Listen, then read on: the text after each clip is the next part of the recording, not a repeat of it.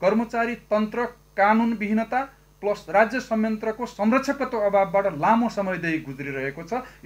तपाईले यसो भनिराख्दा सर, जस्तो तपाईले भन्नुभयो यहाँ कानुनको पनि हामी धेरै कानुनमा हामीलाई चाहिँ समस्या छ, कानुन हाम्रो पक्षमा छैन, बनेको छैन भन्नुभयो। अर्को कुरा तपाईलाई चाहिँ संरक्षकत्व पनि छैन भन्नुभयो यहाँले। तर यो बाहिर हेर्ने मान्छेले जनमानसमा के छ भने तपाईको एउटा सामान्य सबभन्दा तल्लो स्तरको कर्मचारी भनेको खरदार खरदार हो नि। खरदार स्तरको कर्मचारी र एउटा शिक्षक सेवा मानव एउटा इक्जाम्पलको लागि शिक्षातिरको एकजना प्राविको शिक्षक, उहाँहरू दुईटाको हैसियत एउटै हो कि हैन? खरिदार र योग्यता तलब स्केलको हिसाबले एउटै, तलब एउटै हो। तर एउटा प्राविमा पढाउने शिक्षकले जीवनभरि पढाउँदा उसले एउटा घर बनाउन सक्दैन, छोराछोरीलाई राम्रो स्कुलमा पढाउन सक्दैन। तर एउटा खरिदार सरको कर्मचारीले तपाईको काठमाडौँमा घर बनाएर बस्नुपर्ने अवस्था छ।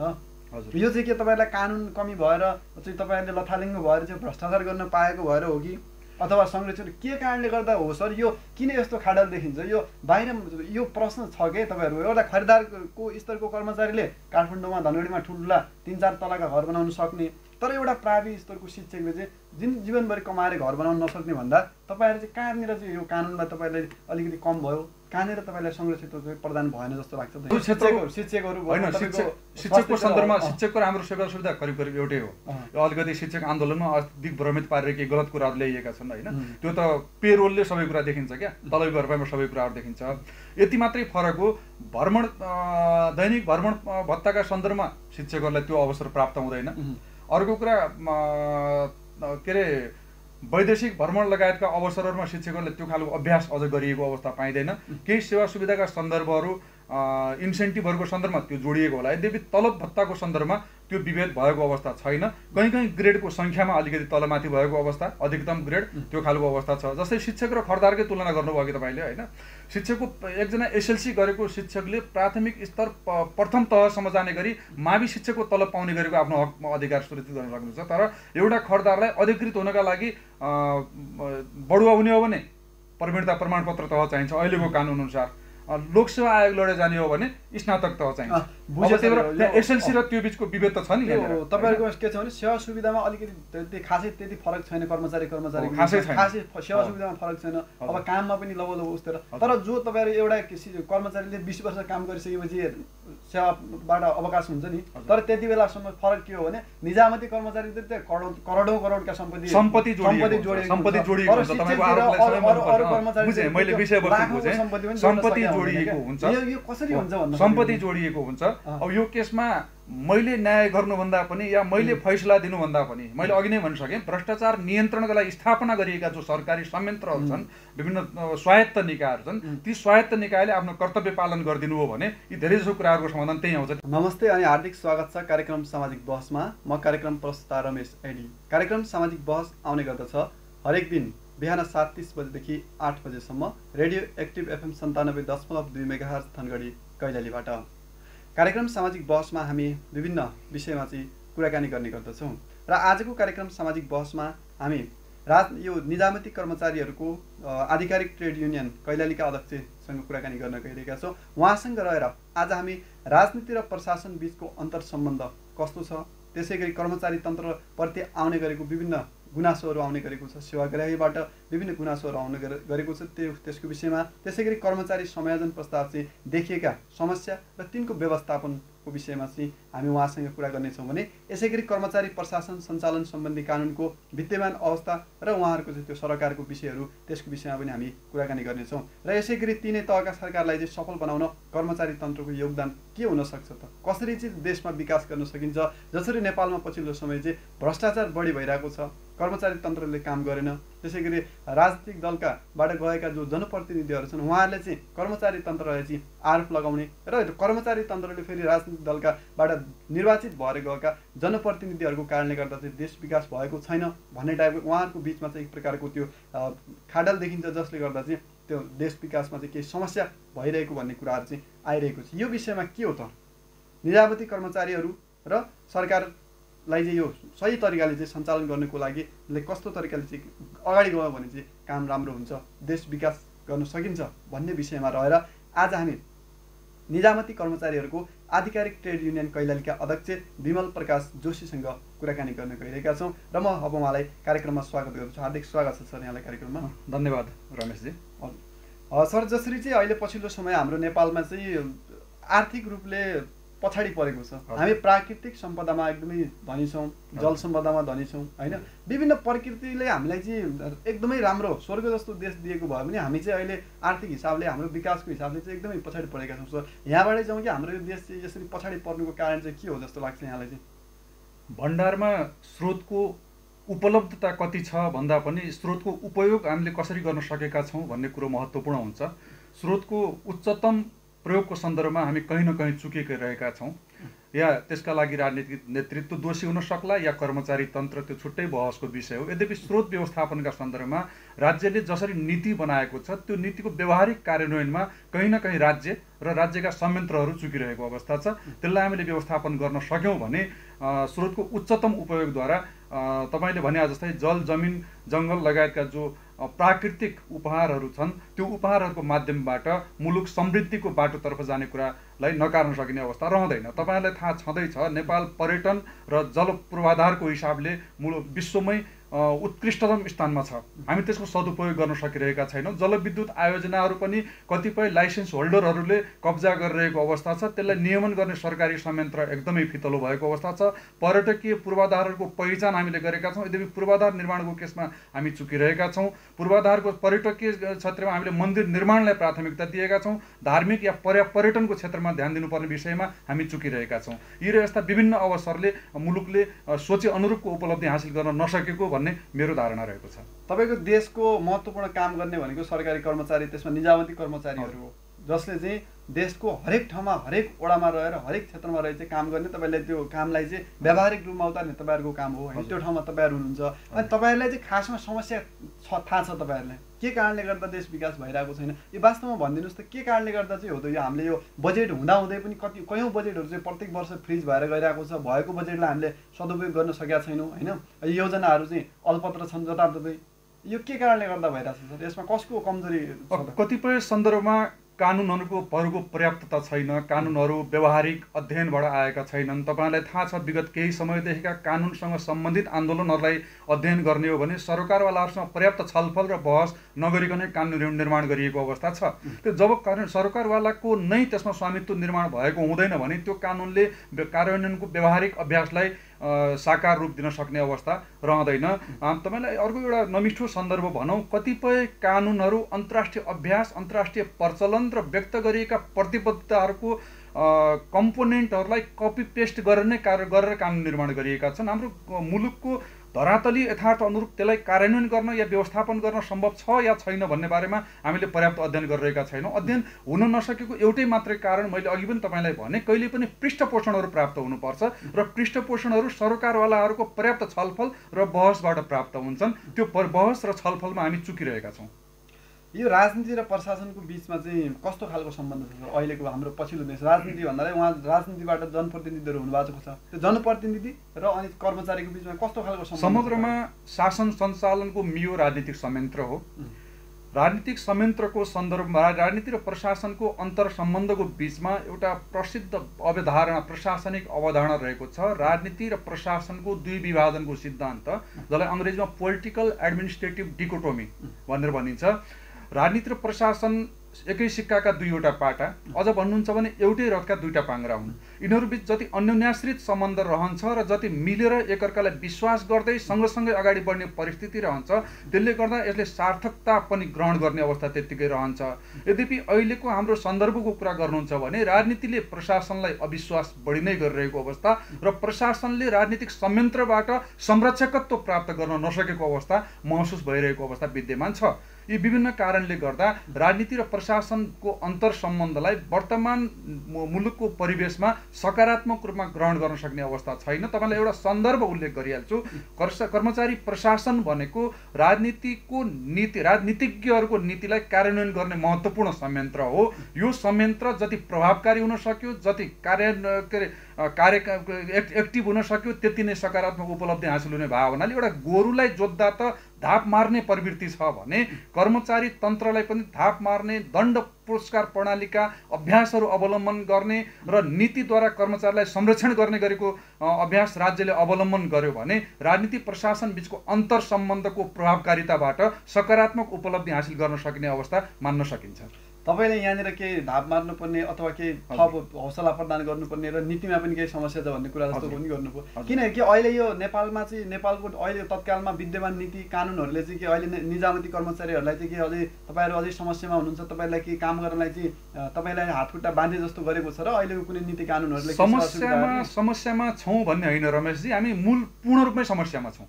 यसको एउटा मात्रै कारण भन्नुहुन्छ भने 2049 सालमा निजामती सेवा ऐन आयो।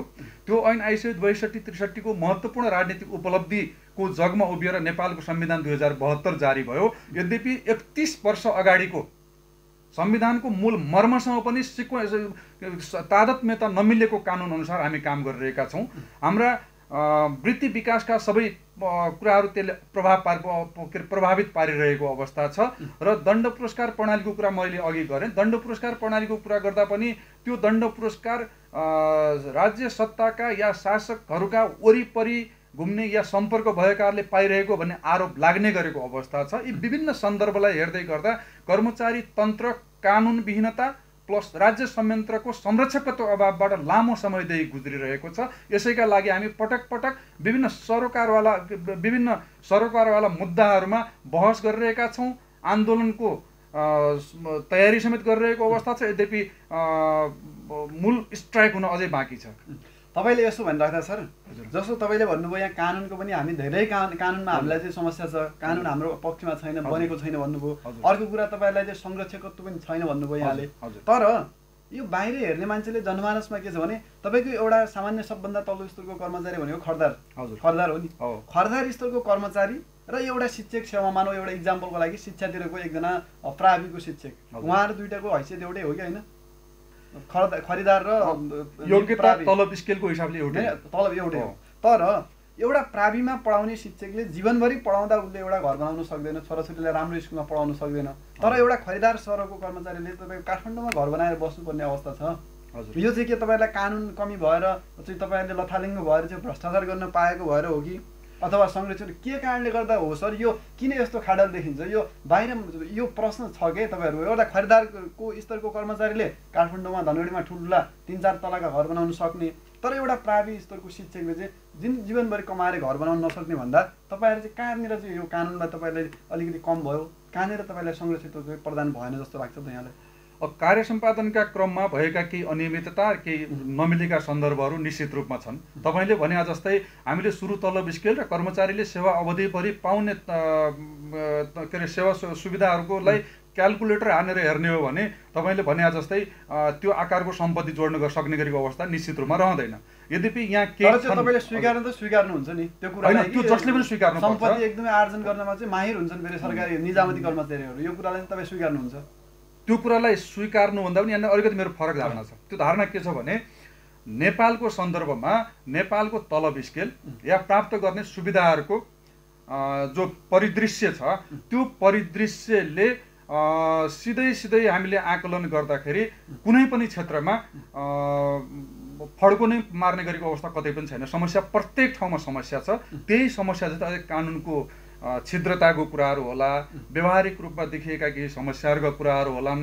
अनि त्यसपछि कतिपय सन्दर्भमा सेवाग्राहीले पनि गलत कानुनत नमिलेका कुरा सन्दर्भसँग जोडेर कर्मचारीबाट अलिकति अनधिकृत लाभ दिएर काम गराउने गरेको अवस्था होला। यी सन्दर्भमा तपाईँले भने केही कुराहरू निश्चित रूपमा भएको अवस्था सन्दर्भले पनि देखिन्छ। हामीले इन्कार गर्ने अवस्था होइन। यो भने कि ओपन सेक्रेट जस्तै, ओपन सेक्रेट भनेको खुल्ला गोप्य कुरा जस्तो हो यो होइन। यो कुरामा कसैले पनि विमति जनाउने अवस्था छैन।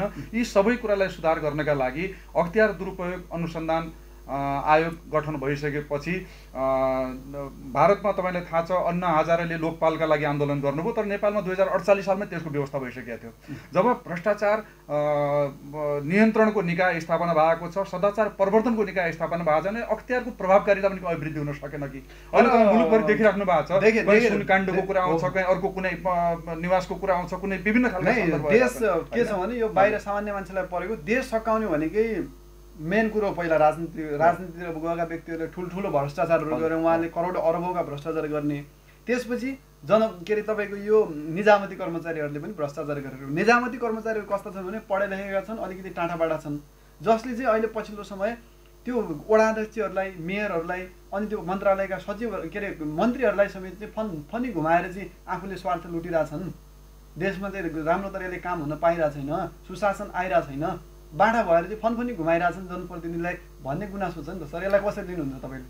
प्रशासनिक संयन्त्रको सन्दर्भमा एउटा कुरा के हो भने माथिल्लो पदमा जो हाम्रो उच्च पदस्थ प्रशासनिक नेतृत्वमा भएका व्यक्तिहरू हुनुहुन्छ, उहाँहरूले आफ्नो अवसरलाई सदुपयोग गर्नका लागि केही यो खालको तपाईँले भनेका खालका कुराहरू भइरहेको अवस्था देखिन्छ। तल्लो स्तरको कर्मचारी संयन्त्रको राजनीतिक संयन्त्रसँग सिधै पहुँच छैन। यहाँनिर युनियनहरूलाई आरोप लगाउने गरिन्छ, युनियनहरूले नै उच्च पदस्थलाई चलाउने गरेका छ भन्ने आरोप लाग्छ।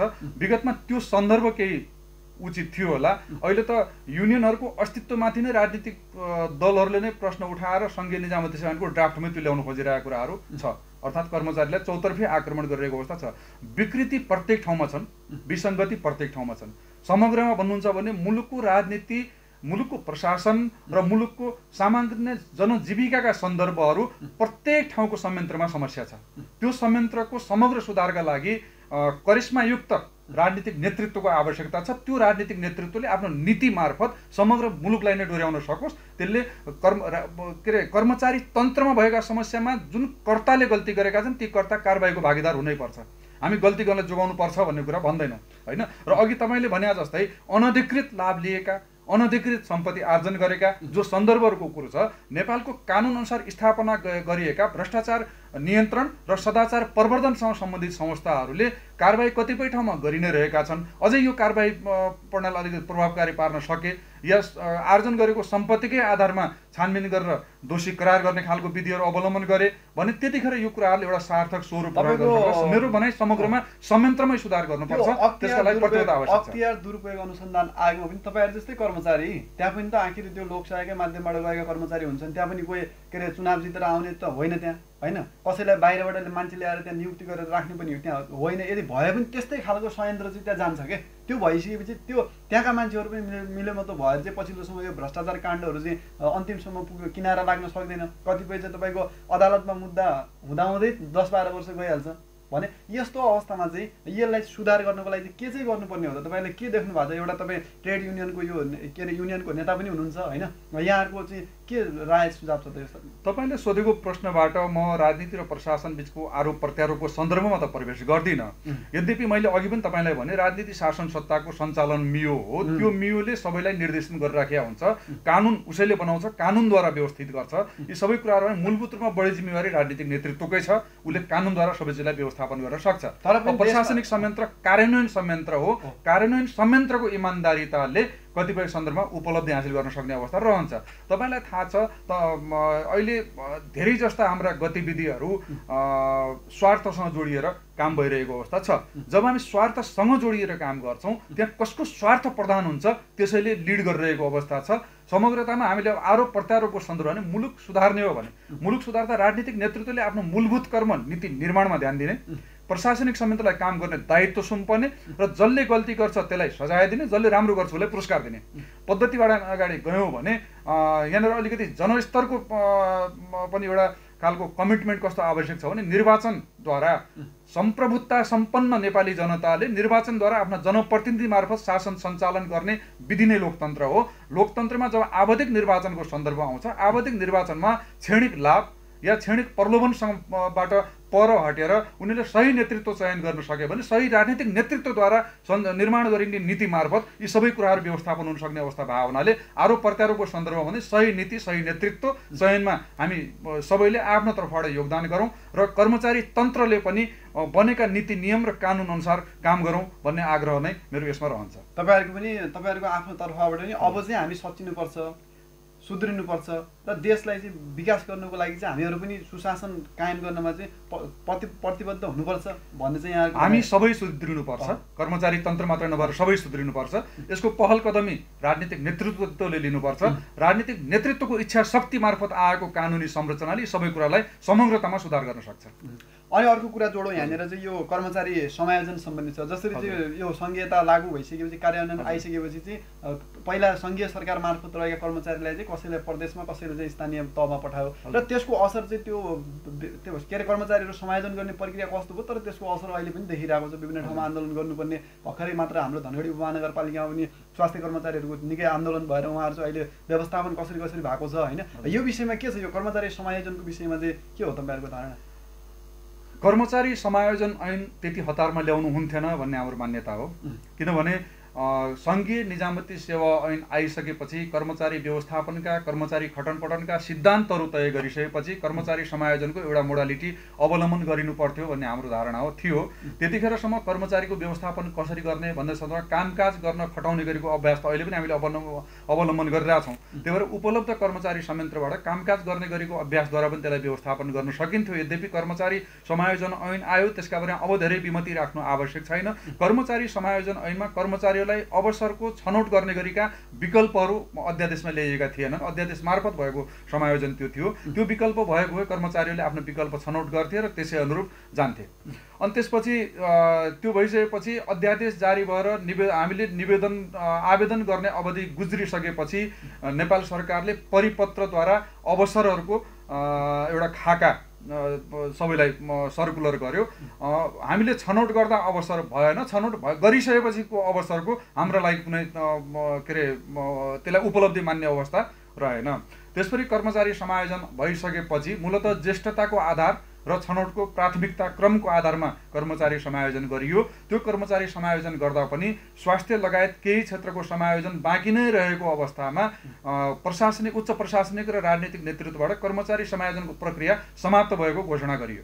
त्यहाँनिर अहिलेका हाम्रो मैले प्रमुख निर्वाचन आयुक्त दिनेश कुमार थपलिया ज्यूको संवैधानिक नियुक्ति पाउने लालसालाई विभिन्न ठाउँमा उल्लेख गर्ने गरेको छु। उहाँलाई त्यो संवैधानिक नियुक्ति पाउनका लागि कर्मचारी समायोजन प्रक्रिया टुङ्गिएको घोषणा गर्नुपर्ने थियो। यस्तै आफ्नो अवसरलाई अगाडि राखेर काम गर्ने प्रशासनिक नेतृत्वले नै खालका समस्याहरू भएको सन्दर्भ पनि यहाँ फेरि स्मरण गर्न चाहन्छु। त्यसपछि उहाँले संवैधानिक नियुक्ति पाउनुभयो, प्रमुख निर्वाचन आयुक्त बन्नुभयो। त्यो बन्ने सन्दर्भमा समग्र कर्मचारी संयन्त्रलाई भड्खालोमा हालिदिनु भयो। त्यसले गर्दा कर्मचारी समायोजनमा विगतको अहिले भर्खरको धनगढी उपमहानगरपालिका लगायत मुलुकभरि स्वास्थ्यकर्मी कर्मचारीहरूको सन्दर्भमा देखिएको समस्यालाई यहाँले जोड्नुभयो समायोजनको सन्दर्भमा। त्यो सन्दर्भमा के थियो भने कर्मचारी समायोजन सकिएको घोषणा गरिसकेपछि सङ्घीय मामिला तथा सामान्य प्रशासन मन्त्रालयले समायोजन संशोधन मिलान कार्यविधि जारी गर्यो। त्यो कार्यविधि जारी भइसक्यो। त्यो अनुसार समायोजन संशोधन र मिलान गरियो र त्यसलाई सामान्य प्रशासन मन्त्रालयकै परिपत्रले समायोजनकै एउटा अङ्गको रूपमा रहनेछ भन्ने कुरा परिपत्र समेत गर्यो। त्यो गरिसकेपछि हाम्रा उच्च प्रशासकहरूले या राजनीतिक नेतृत्वले त्यो समायोजनको मर्मलाई बुझ्न सकेनन् र समायोजन मिलान भएका कर्मचारीलाई पनि कामकाज गर्न खटाइएका कर्मचारीलाई फिर्ता गर्ने गरी भएको परिपत्रको सहारा लिएर फिर्ता गर्ने गरेको एउटा वितण्डा मचाएको अवस्था भयो। हामीले त्यसलाई आन्दोलनद्वारा स्थापित गर्न सफल भयौँ। समायोजन संशोधन मिलान एउटै थियो भन्ने कुरा व्याख्या गऱ्यौँ र त्यसलाई समायोजन संशोधनको अङ्ग मानिसकेपछि उहाँहरूको पहिचान परिवर्तन भएको अवस्था भयो। अब कर्मचारी समायोजनलाई अलिकति विस्तृत रूपमा अध्ययन गरेर गर्नुपर्ने अवस्थामा हतारोमा गरिएको अवस्था। अझ तपाईँले अर्को कुरा भनिदिउँ, स्थानीय तह र प्रदेश तहका लागि आवश्यक कर्मचारीको सङ्गठन तथा व्यवस्थापन सर्वेक्षण हामीले त्यही समेत गर्न सकेका छैनौँ। चाहिने कर्मचारी कति हो हामीले आकलन गर्न सकेका छैनौँ। र अर्को कुरा यहाँनिर महत्त्वपूर्ण भुल्ने नहुने एउटा सन्दर्भ के हो भनेपछि कर्मचारी के अरे निजामती लोकसेवा आयोगको योग्यता प्रणालीद्वारा सेवाभित्र प्रवेश गरेका कर्मचारीहरूले मुलुकभरि मोबिलाइज हुन पाउने गरेको अवसर पहिला थियो। त्यो अवसर सङ्कुचन भएर एउटा प्रदेश या एउटा स्थानीय प्रदेशभित्रको स्थानीय तहमा जकडिए बापतको प्रोत्साहन प्याकेजको रूपमा प्रदान गरिएको एक तह माथिको बढुवालाई पनि अपव्याख्या गरेर अहिले स्ल्यास दरबन्दीको आधारमा जस्तै नासु स्तरका कर्मचारीहरूले त्यतिखेर 5 वर्ष माथिको सेवा अवधि भएपछि अधिकृत 6औँको पहिचान प्राप्त गर्नुभएको थियो, उहाँलाई नासुकै व्यवहार गर्ने गरेको अभ्यास गरियो हैन। त्यसले गर्दा कर्मचारीले पाएको त्यो प्रोत्साहन पनि खोसिएको जस्तो महसुस भयो। कानुनले प्रोत्साहन दियो, नीति निर्माताहरू या उच्च प्रशासकहरू या उच्च राजनीतिक नेतृत्वको लहरले ती अवसर पनि खोसिए। त्यसले गर्दा पहिचानको केसमा अझै हामीले लड्नुपर्ने सन्दर्भहरू धेरै छ। तपाईँले त्यति मात्र प्रदेश लोकसेवा आयोगद्वारा पछिल्लो सन्दर्भमा पदपूर्ति गरिएका पदमा विभिन्न स्थानीय तहमा खटाइएका कर्मचारीहरूलाई कामकाज गर्ने गरी भनेर सङ्घीय मामिला मन्त्रालयले पुनः विभिन्न स्थानीय तहमा व्यवस्थापन गरेको छ। त्यो कामकाजलाई फिर्ता गर्ने सन्दर्भ फेरि हामीले कार्यान्वयन गऱ्यौँ भने धेरैजसो स्थानीय तहहरू खाली हुने अवस्था छ। कामकाजका लागि खटाइएको छ, कामकाज र सरुवाको बिचको विभेद थाहा नपाएर तत्त स्थानीय तहहरूले नयाँ पदपूर्तिका लागि फेरि प्रतिशत निर्धारण गरी पठाएको अवस्था छ। ठिक छ, मैले रोके सर यहाँलाई बिचमा। हजुर, जस्तो तपाईँको नेपालमा एउटा सामान्य मजदुरले पनि कर तिरेको छ हजुर है। विदेशमा बस्ने, इन्डियामा बस्ने, विदेशहरूमा खाडी मुलुकमा बस्ने, अमेरिका, तपाईँको अस्ट्रेलिया, विभिन्न देशमा बस्नेले सबैले के अरे आफ्नो पैसा यहाँ पठाएको छ। त्यो ट्याक्स तिरेको छ सरकारले। त्यो ट्याक्स तिरेको पैसाबाट तपाईँहरू पनि तलब खाइराख्नु भएको छ। तर तपाईँहरूले चाहिँ सबैको ट्याक्स तिरेको एउटा देशमा हरेक नागरिकले ट्याक्स तिर्ने, अनि त्यो ट्याक्स तिरेको पैसाले चाहिँ देशको विकास पनि गर्नुपर्ने, तपाईँहरूलाई तलब पनि खुवाउनु पर्ने, अनि तपाईँहरूले चाहिँ त्यो बिचरा एउटा दिनको 100 रुपियाँ कमाएर त्यसको पनि ट्याक्स तिर्नेको चाहिँ समस्या कसैले नहेर्ने, तपाईँहरू जो महिनामा चाहिँ राम्रो तरिका तलब खाएर सेवा सुविधा लिएर बसिराख्नु भएको छ, काम गरिराख्नु भएको छ, अझ काम पनि तपाईँहरूको सन्तुष्टि लिने खालको काम त छैन नि त अहिलेको निजामती कर्मचारीहरूको। किनभने तपाईँको हरेक योजनाहरू चाहिँ लथालिङ्ग छ होइन। देशमा तपाईँको एउटा काम गर्ने कार्यालयमा गयो भने त्यहाँ ढिला सुस्ती छ, समयमा काम पाइँदैन, काम गर्न सक्दैनन्, अझ त्यहाँ घुस दिनुपर्छ, घुस नखुवाइकन धेरै ठाउँमा काम हुँदैन। एउटै सानो कामको लागि 3-4 दिनसम्म ढाइराख्नुपर्छ। कर्मचारीहरू चाहिँ आफ्नै पारामा चाहिँ उहाँहरूलाई चाहिँ अधिकार मात्र चाहिने, तपाईँहरूलाई समयमा बढुवा मात्र गराउनु पर्ने, अनि तपाईँहरूलाई चाहिँ के अरे भयभरको सेवा सुविधा चाहिँ सबै पाउनु पर्ने, तर त्यो दिनुपर्ने जो तपाईँहरूले दिनुपर्ने आउटपुट हो त्यो चाहिँ दिनमा चाहिँ तपाईँहरूले कन्जुसाइ गर्ने हो भने अनि के तपाईँहरूको मात्र देश हो त? यो कर्मचारीहरूको, शिक्षकहरूको मात्र देश? तपाईँहरूले अरूले ट्याक्स तिर्ने, तपाईँहरूले चाहिँ सेवा सुविधा मात्र लिने हो त सर यो देशबाट? निरपेक्ष रूपमा कर्मचारी तन्त्रले दुःख दिएको छ र सेवाग्राहीले दुःख पाएको छ भन्ने कुराहरू निरपेक्ष रूपमा मान्ने अवस्था रहँदैन। हामीले सापेक्ष रूपमा अध्ययन गर्नुपर्ने अवस्था रहन्छ। कतिपय सन्दर्भमा मुलुकमा सेवाग्राहीहरूको साक्षरता अवस्था, उनीहरूको विषयवस्तुप्रतिको जानकारी, गहन के अरे जानकारी लगायतको अभावले कतिपय सन्दर्भमा केही समस्याहरू देखिएको अवस्था छ। म तपाईँलाई एउटा सन्दर्भ भनौँ, मैले वडा सचिवको रूपमा काम गर्दै गर्दा स्नातकोत्तर अध्ययन गरेका हाम्रा अहिलेका जल्दा बल्दा युवाहरू वडा कार्यालयमा गइसकेपछि निवेदनको लागि हामीसँग जानकारी माग्नुहुन्थ्यो। निवेदन हुँदा हामी सर निवेदनको विषयवस्तु साङ्गोपाङ्गो भनिदिन्थ्यौँ। त्यो भनिसकेपछि उहाँहरू फेरि आउनुहुन्थ्यो, श्रीमान वडा अध्यक्षज्यू, त्यसपछि के लेखौँ सचिवज्यू भनेर सोध्नुहुन्थ्यो। एउटा स्नातकोत्तर डिग्री गरिसकेका युवालाई एउटा सामान्य निवेदन लेख्ने गरेको अवस्था, क्षमता विकास भएको अवस्था छैन। अक्षरशः उहाँहरूले सबै कुरा भन्नुपर्ने अवस्था त होइन नि, किनभने सीमित कर्मचारी तन्त्रले असीमित सेवाग्राहीलाई सेवा दिनुपर्ने अवस्था।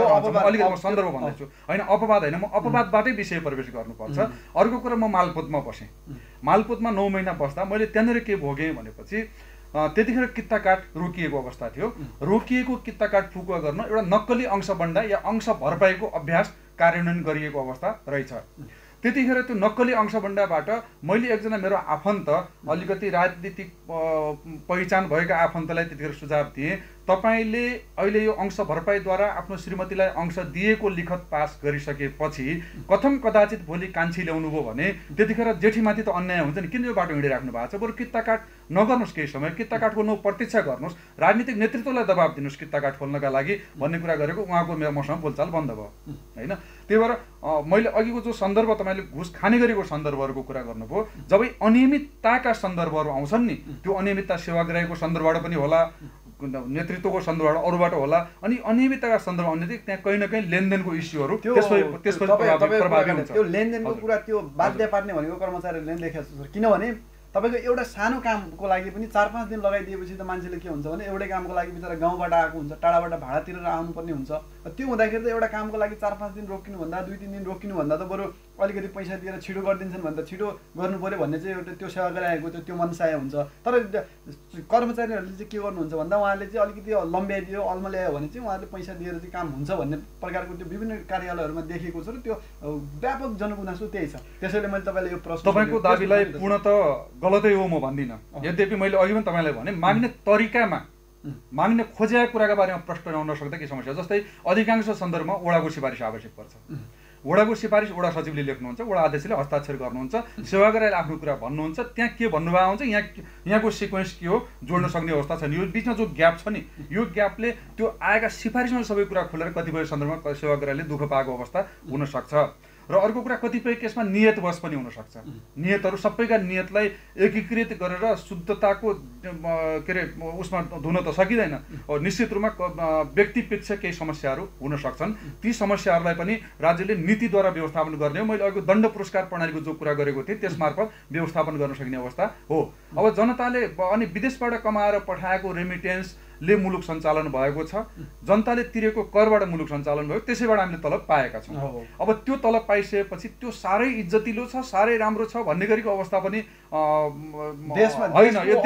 यद्यपि आम जनमानसको आय स्तरको अवस्थालाई हेर्दा हामीले पाइरहेको तलब साँच्चीकै प्रशंसनीय छ। नेपालका कर्मचारी अरू क्षेत्रको कर्मचारी भन्दा तपाईँहरू अगाडि हुनुहुन्छ। होइन अरू क्षेत्रको शिक्षकको सन्दर्भमा शिक्षकको राम्रो सेवा सुविधा करिब करिब एउटै हो। यो अलिकति शिक्षक आन्दोलनमा दिग्भ्रमित पारेर केही गलत कुराहरू ल्याइएका छन् होइन। त्यो त पेरोलले सबै कुरा देखिन्छ क्या, तलबी भरपाईमा सबै कुराहरू देखिन्छ। यति मात्रै फरक हो, भ्रमण दैनिक भ्रमण भत्ताका सन्दर्भमा शिक्षकहरूलाई त्यो अवसर प्राप्त हुँदैन। अर्को कुरा के अरे वैदेशिक भ्रमण लगायतका अवसरहरूमा शिक्षकहरूले त्यो खालको अभ्यास अझ गरिएको अवस्था पाइँदैन। केही सेवा सुविधाका सन्दर्भहरू इन्सेन्टिभहरूको सन्दर्भमा त्यो जोडिएको होला। यद्यपि तलब भत्ताको सन्दर्भमा त्यो विभेद भएको अवस्था छैन। कहीँ ग्रेडको सङ्ख्यामा अलिकति तलमाथि भएको अवस्था, अधिकतम ग्रेड त्यो खालको अवस्था छ। जस्तै शिक्षक र खर्दारकै तुलना गर्नुभयो कि तपाईँले होइन। शिक्षकको एकजना एसएलसी गरेको शिक्षकले प्राथमिक स्तर प्रथम तहसम्म जाने गरी मावि शिक्षकको तलब पाउने गरेको आफ्नो हक अधिकार सुरक्षित गर्न सक्नुहुन्छ। तर एउटा खर्दारलाई अधिकृत हुनका लागि बढुवा हुने हो भने प्रवीणता प्रमाणपत्र तह चाहिन्छ अहिलेको कानुन अनुसार। लोकसेवा आयोग लडेर जाने हो भने स्नातक तह चाहिन्छ। एसएलसी र त्यो बिचको विभेद त छ नि। तपाईँहरूको के छ भने सेवा सुविधामा अलिकति खासै त्यति फरक छैन। कर्मचारी खासै सेवा सुविधामा फरक छैन। अब काममा पनि लबो उस्तेर। तर जो तपाईँहरू एउटा कर्मचारीले 20 वर्ष काम गरिसकेपछि सेवाबाट अवकाश हुन्छ नि, तर त्यति बेलासम्म फरक के हो भने निजामती कर्मचारी त करोडौँका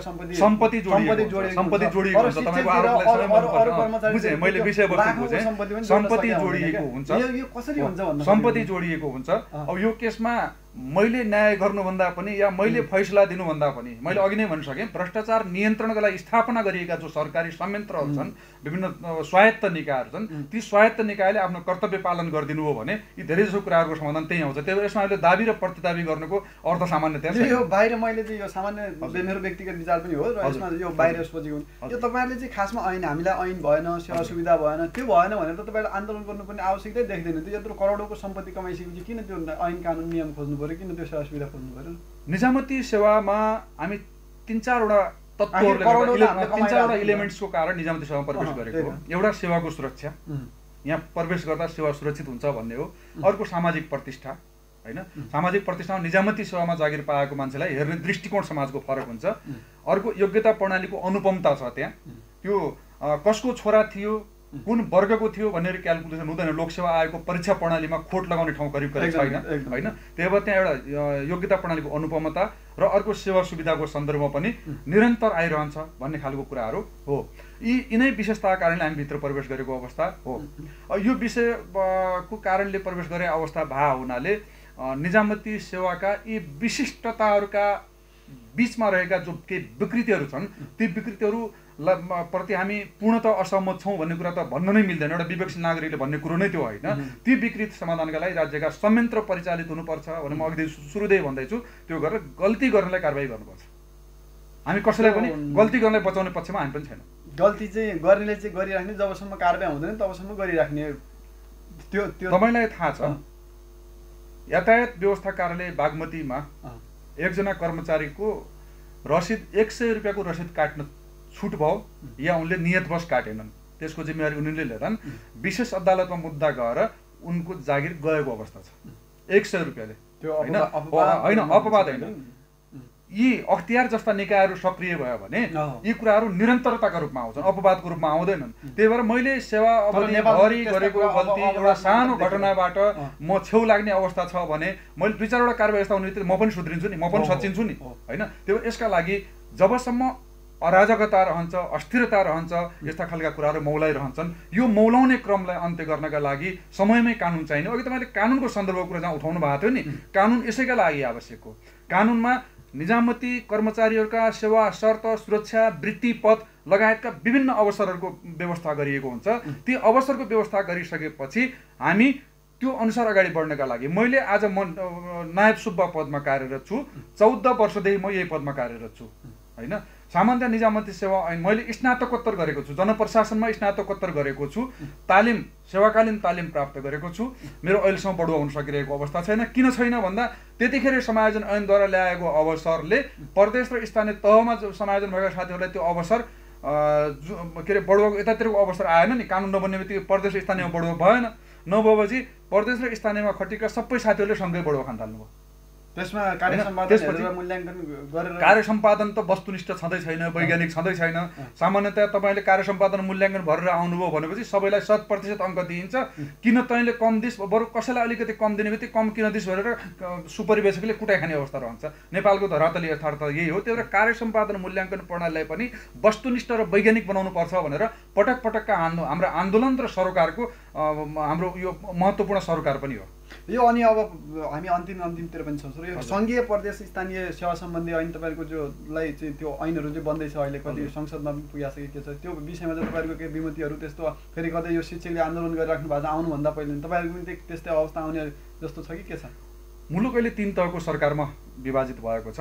3 तहको सरकार मध्ये मार्गदर्शक कानुन सङ्घीय निजामती कानुनको सन्दर्भको कुरो गर्दा मार्गदर्शक कानुन या सङ्घीय निजामती सेवा ऐन सङ्घ सरकारले जारी के अरे सङ्घीय सरकारले जारी गर्ने हो।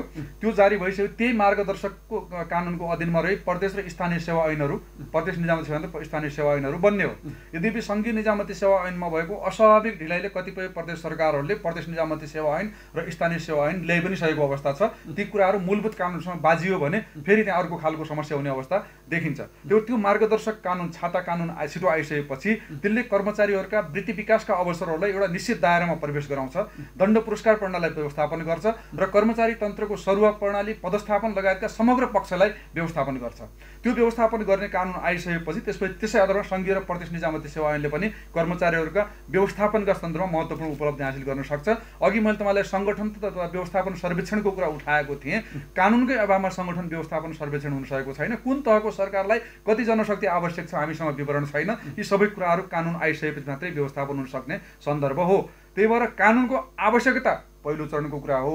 र दोस्रो कुरा, त्यो कानुन कर्मचारी मैत्री आउनुपर्छ भन्ने पनि अर्को सरकारको कुरा हो। कर्मचारी मैत्री भन्ने बित्तिकै फेरि नकारात्मक पाटोतर्फ जोडेर कर्मचारीलाई फाइदा हुने गरी भन्ने नबुझ्नु होला। यद्यपि सेवामा प्रवेश गरिसकेपछि त्यो सेवामा प्रवेश गर्ने कर्मचारीहरूको सेवाको सुरक्षा नै निजामती सेवाको मूल मर्म र सिद्धान्त भएको हुँदा सेवाको सुरक्षासँग जोडिएर यसलाई परिवर्तन गर्नुपर्छ भन्ने कुरा हो। अर्को, यो कानुनसँग आएको भनिएको कानुनसँग हाम्रो विमति कहाँनिर हो भने सरकारवालासँग पर्याप्त छलफल गरिनु पर्थ्यो। हाम्रा आकाङ्क्षाहरू के हुन्, हाम्रो अपेक्षाहरू के हुन् भन्ने कुराहरू छलफल नगरिकन कानुन आएको हुँदा अस्ति शिक्षकहरूको आन्दोलन जस्तै फेरि हामी आन्दोलनका तम तयार भएर बसेको अवस्था छ। भदौ 21 गते, यही भदौ 21 गते मन्त्री परिषदबाट पास भयो। प्रधानमन्त्रीज्यूले छिट्टै सदनमा पेश गर्छु भन्नुभयो। अहिलेसम्म सदनमा पेश गर्नु भएको छैन।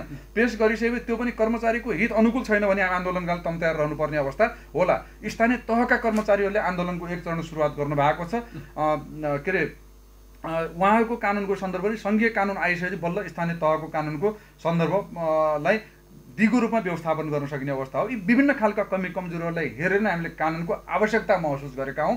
यो कानुन ल्याउनका लागि सरकारले ढिला नगरिकन किन्तु परन्तु भन्ने नजोडिकन कानुन छिटो ल्याउनु पर्ने आवश्यकता। तपाईँले यहाँनिर जोड्नुभयो भर्खरै त्यो लामो कुरा भन्दाखेरि चाहिँ हजुर कर्मचारीको पक्षमा चाहिँ अथवा कर्मचारी मैत्री चाहिँ कानुन आउनुपर्छ भन्नु यहाँले। कर्मचारीहरूले चाहिँ के नकारात्मक होइन सकारात्मक हुनुपर्छ र त्यसमा चाहिँ के सेवा सुविधाहरू पाउनुपर्छ, अझै कर्मचारीलाई चाहिँ वृत्ति विकासमा चाहिँ सहयोग पुग्नुपर्छ। त्यो यावत कुराहरू चाहिँ तपाईँले पक्षमा भयो क्या?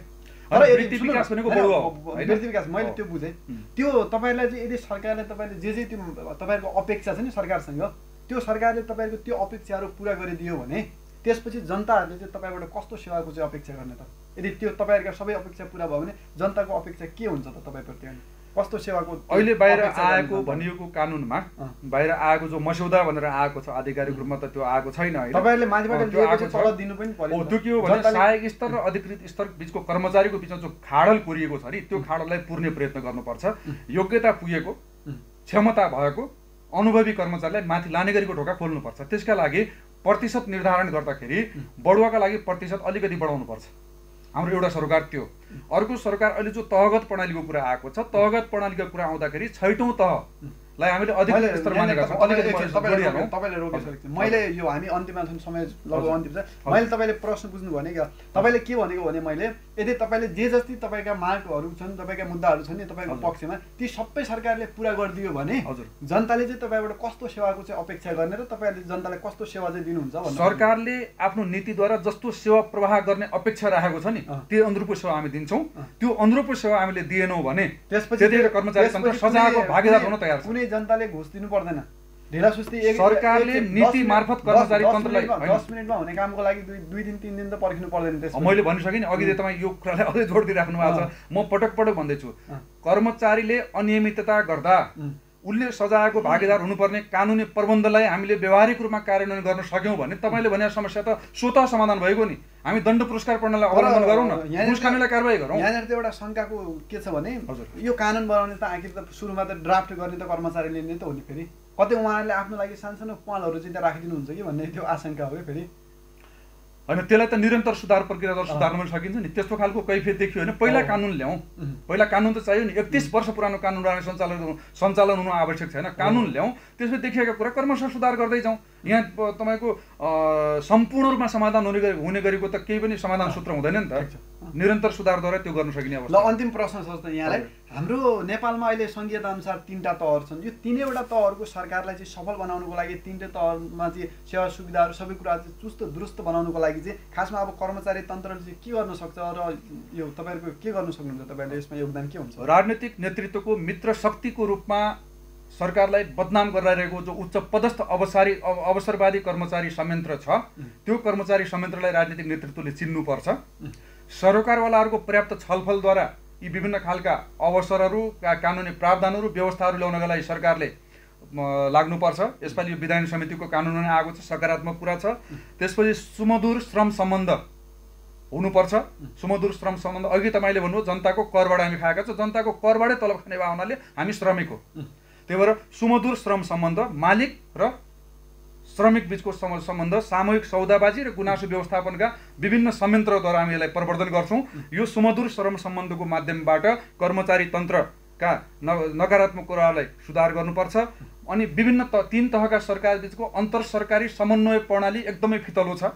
यो अन्तर सरकारी समन्वय प्रणालीलाई प्रवर्धन गर्नुपर्छ। यो समन्वय प्रणाली अन्तर्गतै प्रमुख प्रशासकीय अधिकृत सङ्घको हुने कि प्रदेशको हुने, प्रमुख प्रदेश सचिव कहाँको हुने भन्ने गरिका जो लडाइँहरू भइरहेका छन् नि यी सबै कुराहरू अन्तर सरकारी समन्वय प्रणालीद्वारा व्यवस्थित गर्नुपर्छ। साबिक गाउँ विकास र नगरपालिकामा कार्यरत कर्मचारीहरूको अवकाश सेवा सुविधाका बारेमा भविष्यमा समस्या हुन सक्ने सम्भावना छ। त्यतै कर्मचारी कल्याण कोषको कुरा थियो। कर्मचारी कल्याण कोष अहिले व्यवहारिक रूपमा कार्यान्वयन भइरहेको अवस्था छैन। यसलाई व्यवस्थापन गर्ने गरी स्थानीय तहमा भएका विभिन्न 12 किसिमका कर्मचारीहरू छन् त्यहाँभित्र। ती कर्मचारीलाई व्यवस्थापन गर्ने सरकारले बृहत रूपमा अध्ययन गरेर कानुनी व्यवस्थापन गर्नुपर्छ र यी सबै कुरालाई व्यवस्थापन गरेर के अरे समृद्ध कानुन निर्माण गर्न सक्यो, कानुनलाई परिष्कृत गर्न सक्यो र अझ यी सबैभन्दा बनाउनु मात्रै ठुलो कुरो होइन, कार्यान्वयनलाई प्रभावकारी पार्न सक्यो। र यो कानुन कार्यान्वयनको अनुगमन गर्ने, निगरानी गर्ने जो सरकारी संयन्त्रहरू छन् यी संयन्त्रहरूको उच्चतम व्यवस्थापन गर्न सक्यो भने कर्मचारी तन्त्रले सकारात्मक उपलब्धि दिन सकिन्छ। अब आज मैले तपाईँलाई एउटा कुरा चाहिँ भन्नै पर्छ, केही समस्या हुने बित्तिकै कर्मचारी तन्त्रपट्टि मात्रै औँला नठड्याउनु होला। किनभने कर्मचारी तन्त्र भन्ने बित्तिकै राजनीतिक संयन्त्रद्वारा उपलब्ध गराइएको कानुनी व्यवस्थापन, राजनीतिक वातावरण यी लगायत सबैको उपज हो होइन। यो सबैको उपज भएको हुनाले राजनीति खोला सङ्लो भयो भने त्यो के अरे मुहान संलो भयो भने खोला निश्चित रूपमा संलो हुन्छ। मुहान भनेको राजनीतिक संयन्त्र हो। त्यसैले सबभन्दा पहिला राजनीतिक संयन्त्रलाई व्यवस्थित प्रभावकारी बनाऊ, कर्मचारी संयन्त्रलाई त्यही राजनीतिक संयन्त्रले प्रवर्धन गरोस्। त्यो कर्मचारी संयन्त्र त्यो राजनीतिक संयन्त्रको मित्र शक्ति हो, यसलाई शत्रुको रूपमा व्यवहार नगरियोस्। मेरो आग्रह र अनुरोध यही नै हो। मलाई फेरि लास्टमा एउटा प्रश्न तपाईँलाई गर्न मन लाग्यो सर। हजुर, किनभने तपाईँले जसरी भन्नुभयो राजनीतिक त्यो कर्मचारीहरूले चाहिँ आफ्नो हक र अधिकारको लागि आफ्नो सेवा सुविधाको लागि चाहिँ यदि आइपर्यो भने त्यही राजनीतिक संयन्त्रको विरुद्धमा चाहिँ रोडमा सडक आन्दोलन गर्न सक्ने, रोड तताउन सक्ने, होइन गर्न सक्ने। तर त्यही राजनीतिक संयन्त्रले तपाईँले बारम्बार भन्नुभयो नि जसरी देश विकास गर्न दिएन, उहाँहरूको पनि कमजोरी, उहाँहरूको कमजोरीको विरुद्धमा चाहिँ हामीलाई देशको विकास गर्न दिएन, हामीलाई काम गर्न दिएन, हामीले चाहिँ चुस्त दुरुस्त काम गर्नलाई चाहिँ उहाँले रोक्यो भनेर उहाँहरूको विरुद्धमा तपाईँ आन्दोलनमा किन उत्रिन सक्नुहुन्न त? आफ्नो हक र अधिकारको मात्र लड्ने तपाईँ, अनि आफ्नो काम गर्न पाएनौ, जनतालाई सेवा गर्न पाएनौ भनेर पनि त कहिले तपाईँले आवाज उठाएको त सुनिँदैन नि त। हामी अन्तिममा छौँ। मैले तपाईँले त्यसमा पनि त हामी अन्तिममा छौँ। मैले फेरि एउटा कुरा स्पष्ट पार्न चाहेँ, छोटोमै स्पष्ट पार्न चाहेँ। मैले यहाँनिर राजनीतिक संयन्त्र गलत, हामी ठिक भनेको छैन। हामी दुईटैले सुध्रिनुपर्छ। सुधार्ने मूलभूत जिम्मेवारी राजनीतिक संयन्त्रको हो भनेको छु। किनभने अभिभावक राजनीतिक संयन्त्र हो, नम्बर 1। दोस्रो कुरा, सूत्रमा राजनीतिक संयन्त्रले हामीलाई ट्र्याकमा ल्याउने अवस्था भएको हुनाले मैले राजनीतिक संयन्त्रको कुरा अलि बढी गरेको हो। यहाँनिर समग्रतामा चाहिँ हामी सबैले सुध्रिनै पर्छ। कमी कमजोरी हामी सबैमा छन्। पटक पटक निजामती सेवा ऐन दिवस ऐनहरू मनाउँदा पनि हामीले नयाँ नयाँ नाराहरू ल्यायौँ, बहुत प्रभावकारी नाराहरू ल्यायौँ, सेवाग्राही मैत्री भन्ने गरी कुराहरू गऱ्यौँ। तर सेवा प्राप्त गर्नेहरूको सन्दर्भमा कहीँ कहीँ हामी पनि चुकेका छौँ। चुकेका कुरालाई हामीले निश्चित रूपमा सुधार्नुपर्छ। तपाईँले पनि अवसर दिनुभयो। धेरै धन्यवाद। हजुर, हुन्छ श्रोताहरू, आज हामीले कार्यक्रम सामाजिक बहसमा चाहिँ निजामती कर्मचारीहरूको आधिकारिक ट्रेड युनियन कैलालीका अध्यक्ष विमल प्रकाश जोशीसँग विभिन्न विषयमा चाहिँ रहेर कुराकानी गऱ्यौँ। यति बेलासम्म चाहिँ हाम्रो कार्यक्रमलाई सुनिदिनु भयो, यहाँहरूलाई धेरै धेरै धन्यवाद दिँदै म कार्यक्रम प्रस्तुता रमेश अहिले पनि यहाँहरूको माझबाट बिदा हुन्छु। धन्यवाद।